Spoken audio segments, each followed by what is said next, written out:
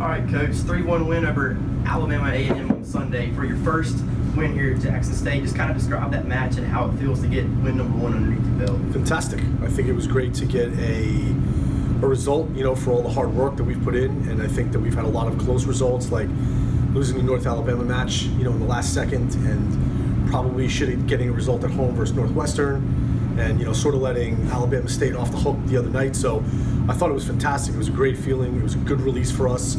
I thought we deserved the victory. I thought we played really well, and I think the important category was we just sort of, our desire was higher than that squad. What does a win like Sundays do for the girls as they move forward with the remaining schedule down the stretch? Well, one, it shows us that we can win, right? Which is important, because when you have a young team, which we do, you have to learn how to win. It doesn't happen overnight. So I think that was a really important first step. We've got a lot of young players. We're learning how to win as a squad.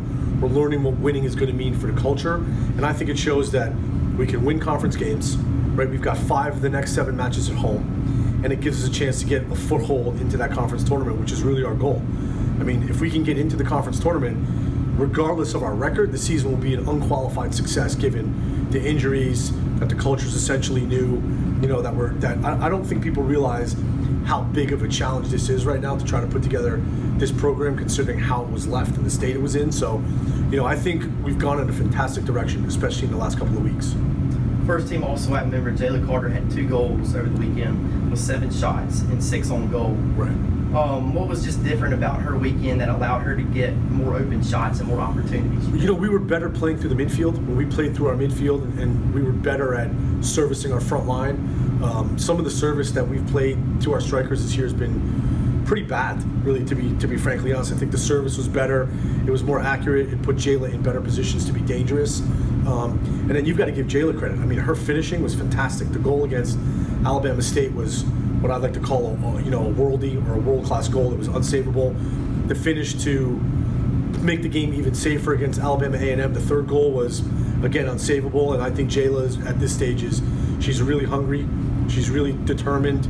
She's chasing down balls. She causes problems. And if you don't pay attention to her, she's going to hurt you, right? And I think she has right now what you want in strikers, which is she feels good. She's confident, right? Which adds to her danger quotient. So expanding off that question, when a player like Jayla seems to be getting open shots and just clicking on all cylinders, does that sort of help the team get rolling and sort of open up your offense for others to get shots? For sure, but the only reason Jayla is getting more shots is because the team's playing better in behind her, right? We've been much more solid defensively.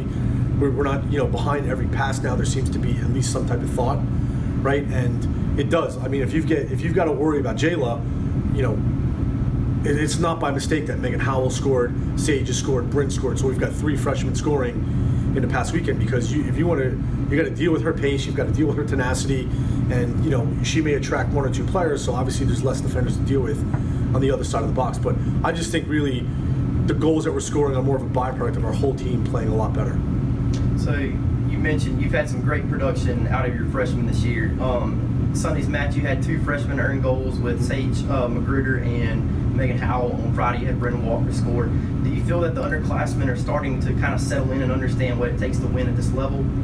Yeah, I do. And I think that that's a gradual process. Like, you can't be in your first college match and know what it takes to win at this level, right? I mean, a 90-minute performance at this level, I don't care who you're playing against, is very, very difficult, right? Particularly when you may come from a club or high school where it didn't demand that much to win. You've got to put in that level of effort every game. If we don't do what we did against A&M in every single match of the last 7 matches, we're gonna have a hard time putting results together, right? But you look at like a Kaya Smith on the left side, you look at like a Sydney Wilson on the right side, they could be the 2 best left and right freshman backs in the conference. I mean, that's how good they've been, and that's not to take away anything from any other team, but you look at Bryn's performance, or Sage, Megan Howell in there, Alessia, like we have so many players playing well in so many spots, and the only way for them to get better is to actually be in matches, right? Because training's one thing, but matches are obviously a completely different animal, and the more match experience we get, considering how young we are, like, we're going to be lethal in the future. So building off Sunday's win, as you move forward, there's another big opportunity on Friday with the conference game against Prairie View A&M here at home. Right. So just tell us a little bit about that matchup from what you've seen so far. Look, it's a monster game. It's a monster game. We've been on the road so long. We're so delighted to be at home. It's going to be fantastic. Prairie View and A&M is coached by Sonia. Sonia always does a good job. You know, they're always organized, and they'll be difficult to break down. Texas Southern, you know, has a new coach at the helm. Both those teams traditionally have been quite good, right? So if we can get any kind of result, I think that would be great. But look, with the way we're playing, I think, like I said, you know, in the article last week, like if people are overlooking us, they're overlooking us at their own peril, because we're a team right now that's a lot hungrier, a lot more confident. We know what we're trying to do, you know, and sometimes when things start to click for your team, they just start to click. You know, and we've had a steady progression for the last 3 or 4 weeks of getting better and better and better. And now that we've tasted victory, I'm not too sure we're willing to taste defeat. You know what I mean? So I think that's the nice part about being at home is we haven't won at home. We've got to be better. We want people to come support it. And in order for us to get people to come support it, we've got to win, right? Everyone wants to come watch a winning team, not a losing team. So I think from a mentality standpoint, you know, we're really hungry.